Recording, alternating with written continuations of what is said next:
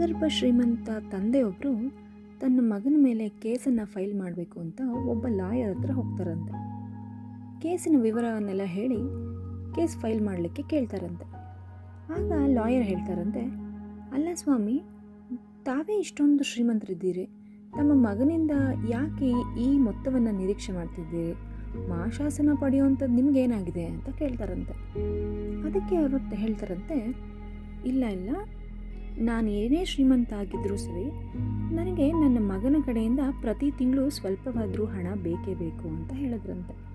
ಅದಕ್ಕೋಸ್ಕರ ತಾವು ಈ ಕೇಸನ್ನು ಫೈಲ್ ಮಾಡಲೇಬೇಕು ಅಂತ ಹೇಳಿ ಮನವಿ ಮಾಡಿಕೊಂಡ್ರಂತೆ. ಆಯಿತು ಅಂತ ಹೇಳಿ ಲಾಯರು ಕೇಸನ್ನು ಫೈಲ್ ಮಾಡ್ತಾರೆ. ಕೇಸ್ ಫೈಲ್ ಮಾಡಿ ಒಂದು ದಿನಾಂಕ ನಿರ್ಧರಿಸಿ ಕೋರ್ಟು ಆ ದಿನದಿಂದ ಬರಬೇಕು ಅಂತ ತಂದೆ ಮತ್ತು ಮಗನಿಗೆ ಒಂದು ನೋಟಿಸನ್ನು ನೀಡ್ತಾರೆ. ನಿಗದಿಪಡಿಸಿದ ದಿನಾಂಕದಂದು ತಂದೆ ಮತ್ತು ಮಗ ಇಬ್ಬರು ಕೋರ್ಟ್ಗೆ ಹಾಜರಾಗ್ತಾರೆ. ನ್ಯಾಯಾಧೀಶರ ಮುಂದೆ ನಿಂತುಕೊಂಡಾಗ ನ್ಯಾಯಾಧೀಶರು ಹೇಳ್ತಾರೆ, ನಿಮ್ಮ ತಂದೆ ನಿಮ್ಮಿಂದ ಪ್ರತಿ ತಿಂಗಳು ಮಾಶಾಸನವನ್ನು ಕೇಳಿ ಈ ಕೇಸನ್ನು ಫೈಲ್ ಮಾಡಿದ್ದಾರೆ. ತಾವು ಅವರಿಗೆ ಮಾಶಾಸನವನ್ನು ಕೊಡಬೇಕಾಗುತ್ತೆ ಅಂತ ಹೇಳ್ತಾರೆ. ಅದಕ್ಕೆ ಮಗ ಹೇಳ್ತಾರೆ, ಸ್ವಾಮಿ, ಅವರೇ ತುಂಬ ಶ್ರೀಮಂತರು, ಅವರ ಬಳಿಯೇ ತುಂಬ ಮೊತ್ತದ ಹಣ ಕಾಸು ಎಲ್ಲವೂ ಇದೆ, ನನ್ನಿಂದ ಸುಮ್ಮನೆ ಯಾಕೆ ಇದನ್ನು ನಿರೀಕ್ಷೆ ಮಾಡ್ತಿದ್ದಾರೆ ಅಂತ ಹೇಳ್ತಾರಂತೆ.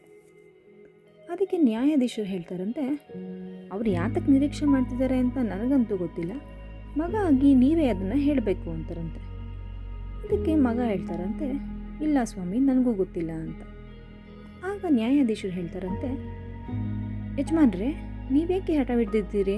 ನಿಮ್ಮ ಹತ್ರ ಹಣಕಾಸು ಎಲ್ಲ ಇದೆಯಲ್ಲ, ನಿಮ್ಮ ಮಗನ ಒಂದು ದುಡಿಮೆಯಲ್ಲಿ ಇರಬೇಕು ಅನ್ನೋವಂಥದ್ದು ನಿಮಗೇನು ಇಲ್ವಲ್ಲ, ಆ ಹಣ ನಿಮ್ಗೆ ಯಾಕೆ ಅಂತ ಕೇಳ್ತಾರಂತೆ.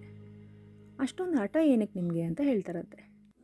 ಅದಕ್ಕೆ ಅವ್ರು ಹೇಳ್ತಾರಂತೆ, ತಂದೆ ಆದವರು, ಸ್ವಾಮಿ, ಇದು ಹಠ ಅಲ್ಲ, ಇದು ನನ್ನ ಹಕ್ಕು ಅಂತ ಹೇಳ್ತಾರಂತೆ. ನ್ಯಾಯಾಧೀಶರು ಅವ್ರ ಹಕ್ಕು ಅವ್ರು ಕೇಳೋದ್ರಲ್ಲಿ ತಪ್ಪೇನೂ ಇಲ್ಲ, ಹೌದು, ನೀವೆಷ್ಟು ನಿರೀಕ್ಷೆ ಮಾಡ್ತಾ ಇದ್ದೀರಾ ಅಂತ ಕೇಳ್ತಾರಂತೆ. ಅದಕ್ಕೆ ತಂದೆ ಹೇಳ್ತಾರಂತೆ, ಪ್ರತಿ ತಿಂಗಳ 2ನೇ ತಾರೀಕಿಗೆ ಒಮ್ಮೆ ಅವನೇ ಸ್ವತಃ ಬಂದು ನನಗೆ 100 ರೂಪಾಯಿ ಕೊಡಬೇಕು ಅಂತ ಕೇಳ್ತಾರಂತೆ. ಇದೇನು ವಿಚಿತ್ರ, ಕೇವಲ 100 ರೂಪಾಯಿಗೋಸ್ಕರ ಕೋರ್ಟಿಗೆ ಬಂದು ಕೇಸ್ ಹಾಕಿದ್ದಾರೆ ಅಂತ ಕೋರ್ಟಲ್ಲಿದ್ದವರೆಲ್ಲ ನಗ್ತಾರಂತೆ. ಸರಿ, ನ್ಯಾಯಾಧೀಶರು ಓಕೆ, ಅವರು ಬರೀ ಕೇವಲ 100 ರೂಪಾಯಿ ಅಲ್ವಾ ಕೇಳ್ತಾ ಇರೋದು ಅಂಥೇಳಿ ಅಲ್ಲೇ ತೀರ್ಪನ್ನು ಬರೀತಾರಂತೆ. ಮಗನೂ ಒಂದು ಮಾತು ಕೇಳ್ತಾರಂತೆ, ಏನಪ್ಪ ನಿನ್ನ ಅಭಿಪ್ರಾಯ ಏನು ಅಂತ. ಮಗ ಸರಿ ಸ್ವಾಮಿ, ಕೊಡ್ತೀನಿ ಅಂತ ಹೇಳ್ತಾರಂತೆ.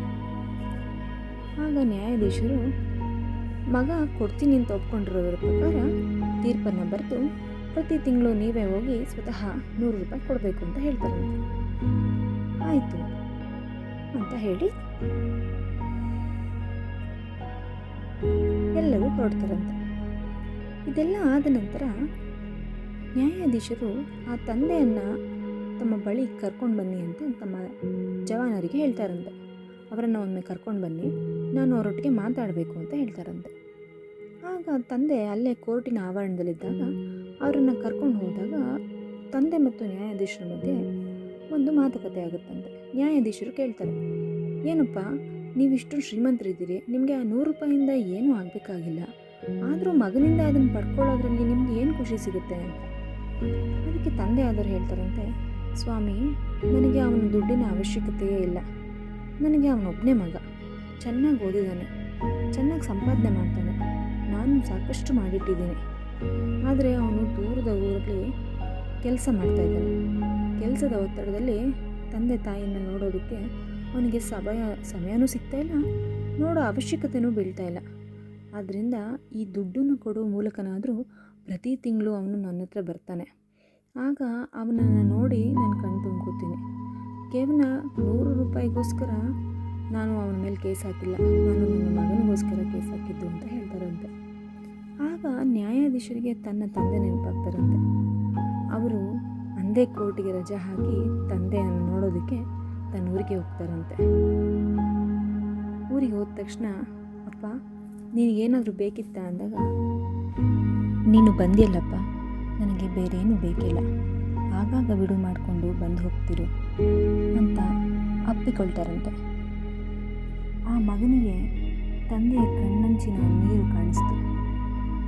ಹಿರಿಯರಿಗೆ ಅನ್ನಕ್ಕಿಂತಲೂ ಅಪ್ಪಿಗೆ ಮುಖ್ಯ, ಚಿನ್ನಕ್ಕಿಂತಲೂ ಕಾಳಜಿ ಮುಖ್ಯ ಅನ್ನೋ ಮಾತು ಅವನಿಗೆ ಆಗ ಅರ್ಥ ಆಯಿತು.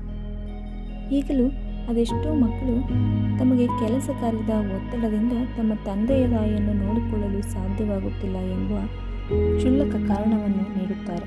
ಆ ಕಾರಣಗಳನ್ನೆಲ್ಲ ಬದಿಗೊತ್ತಿ ಅಪ್ಪ ಅಮ್ಮನನ್ನು ಒಮ್ಮೆ ಅಪ್ಪಿಕೊಳ್ಳಿ.